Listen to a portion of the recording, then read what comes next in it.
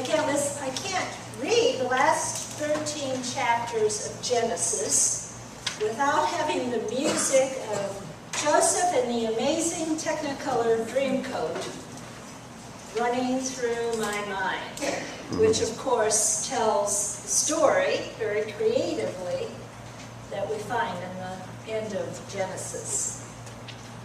In fact, it seems to me that because of the gifts of what's his name? Andrew Lloyd Webber, right? Andrew Lloyd Webber and Tim Rice, there are many, many people who would not have known the story of Joseph who know it, or at least have it more firmly entrenched in their brains. I know that's true for me. I also know that when I was 19, I taught 4th grade Sunday school, and one of the things that we focused on was the story of Joseph. So between those two things, I really love the story of Joseph. So it's a good thing, isn't it? It's appropriate that during our 9-week study of Genesis, our last 2 weeks, today and next Sunday, is a 2-part story of Joseph. So, what do we remember? Joseph is the son of the man that we used to call Jacob, who we now call Israel, and his beloved Rebecca. No, Rachel. I'm getting my R women mixed up. His beloved Rachel. Rachel is the one for whom Jacob, or Israel, worked for 14 years. And Joseph is Israel's favorite son. Now, you would think that Israel would know better than to have a favorite son. Because remember, he was his mother's favorite son, and his brother Esau was his father's favorite son, and that created a lot of dissension and deception in the family. Nevertheless, Joseph is Israel's favorite son. And because of that, he makes for him a beautiful coat. Now, we usually call that the coat of many colors. But the actual translation of Scripture is that it's a coat with long sleeves, which would identify it as being something special, something fancy. And of course, the fact that Joseph has received it from his father further designates him as the favorite son, which is one of the reasons his brothers hate him. There are other reasons, though. Seems like Joseph doesn't have much common sense. Of course, he's only 17 years old, like some other people around here who are rolling their eyes at the moment. He doesn't have much common sense. Either that, or he's not very humble, or he's, sort of self-centered. But he makes a couple major mistakes. And one of them is that he tells his brothers about his dreams. He also gives a negative report on some of his brothers to his father. But the straw that breaks the camel's back, I think, in terms of them disliking him or even hating him, is that he tells them about his dreams. So I'm going to read that part of Scripture for you, because you just can't get the flavor of it telling the story. Once Joseph had a dream, and he told it to his brothers. They hated him even more. He said to them, "Listen to this dream that I dreamed. There we were, binding sheaves in the field. Suddenly my sheaf rose and stood upright. Then your sheaves gathered around it and bowed down to my sheaf." His brothers said, "Are you indeed to reign over us? Are you indeed to have dominion over us?" So they hated him even more because of his dreams and his words. He had another dream. Now you would think it would be enough to tell one, right? And he saw how they reacted. He had another dream and told it to his brothers, saying, "Look, I had another dream. The sun, the moon, and 11 stars were bowing down to me. But when he told it to his father and to his brothers, his father rebuked him and said to him, "What kind of dream is this that you have had? Shall we indeed come, I and your mother and your brothers, and bow down to the ground before you?" Okay, parents, imagine your 17-year-olds coming to you and saying, "Well, I had this dream, and in this dream, you, Mom, and everybody else in the family were worshiping me." Yeah, well, like a letter, right? So his brothers were jealous of him, but his father kept the matter to himself. Well, I don't know about you, but when I read that, it seems like Joseph was sort of obnoxiously delighting in telling his family about his dreams. So, in some ways, he is partially to blame for what happens next. His father also is to blame for calling him a favorite or setting him apart as a favorite. And also, his father knows how the brothers feel, right? And yet, he sends Joseph, alone evidently, to check on the brothers who are pasturing the father's flocks some distance away. So Joseph goes, and what does he wear on this errand? The special coat that his father made for him that sets him apart and special. I mean, don't you think his father would have said, "Leave the coat at home"? All of that, however, does not excuse the plan of the brothers. They see Joseph coming, and they say, "There's the dreamer. Let's kill him." I mean, I would have thought they would have had other choices if they wanted to get even with their brother, but they were pretty extreme. They were going to kill him, throw him in a pit, and make it appear as if he had been devoured by wild animals. Isn't it nice how peaceful the Old Testament is? Such gentle stories. Well, Reuben is the oldest of the brothers, and he recommends to them that instead of killing him, they just throw him in the pit and leave him to his own devices. Of course, it kind of says as a sideline in the scripture that Reuben plans to go back and fetch him. So the brothers throw him in the pit. No food, no water, and they sit down to have lunch. Now that's cold. Really? I mean, Joseph's over there in the pit, and they're sitting around eating lunch. We don't know if Judah, who is another of the brothers, wanted to save Joseph's life or just wanted to make a little extra money. But whatever the case, Judah sees some traders. They're called in the Bible both Ishmaelites and Midianites. He sees some traders coming and he says, "I have an idea. Let's sell him to the traders," which is what they do. They pull Joseph up out of the pit. Of course, they've already taken his coat off of him, and they sell him to the traders, and Joseph is on his way to Egypt as a slave. And that's where today's story ends. There's a couple interesting points I think we should note. One of them is that the brothers end up deceiving their father Israel.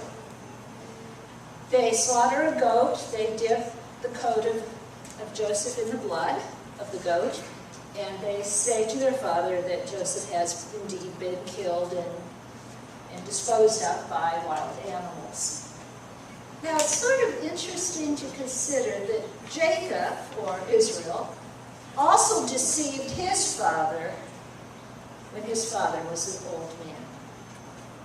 And the instrument of that deception was, in part, a slaughtered goat. So here we have it again. What goes around comes around. Even though Israel is God's chosen one, even though he has been given a new name. In spite of all that, he has to face his past once again. And I think that's true for us too. Even though we are beloved and forgiven children of God, we still suffer consequences for our actions or the actions of other people. Nevertheless, for Israel, even though he is overwhelmed by grief, which is, in essence, unnecessary, God is at work in his life. He just doesn't know it yet. He doesn't realize, and he won't for many, many years, that God is arranging things in his family. So at this point in the story, he's overwhelmed that God is with him. Another interesting point in the story, when they see Joseph coming, and they decide they're going to get rid of him, the brothers say, and then we'll see what happens to his dreams. Of course, they think that, the dreams will be no more, have no significance. And we'll find out next week that that's not the case. But does Joseph know that? No, Joseph is down in the pit, right? Joseph is without food and water. Joseph is then pulled up and tied to a camel as a slave. And in the midst of all of that, he has no idea that he will become someone totally different than his brothers. And that indeed God will use him to impact the life of not only his brothers, but his world. So it is for us. Often we are so overwhelmed by the crisis of the moment that it's almost impossible for us to consider that God might be at work in some unexpected way that is difficult for us to grasp. And that we may not see the situation clearly for quite a while. And in fact, every detail of the situation may not ever make sense to us. And yet, God is faithful. Now, these last, I guess it's been 7 weeks now. This is our 8th week that we've been talking about stories from Genesis. I haven't brought up the gospel lesson, but I'm going to today because it just fits this theme so perfectly. Jesus and his disciples are being overwhelmed by the crowds. Maybe it was something like, the crowds trying to get into the Infocision Stadium on Friday night. They're being overwhelmed by the crowds because Jesus has been healing people, and food talks. Jesus has filled all their bellies using just a few fish and a few loaves. So he's miraculously provided lunch. So they're crowding in on Jesus and his disciples, and so Jesus doesn't want his disciples to get overwhelmed. He sends them away in a boat, and Jesus himself goes off to pray.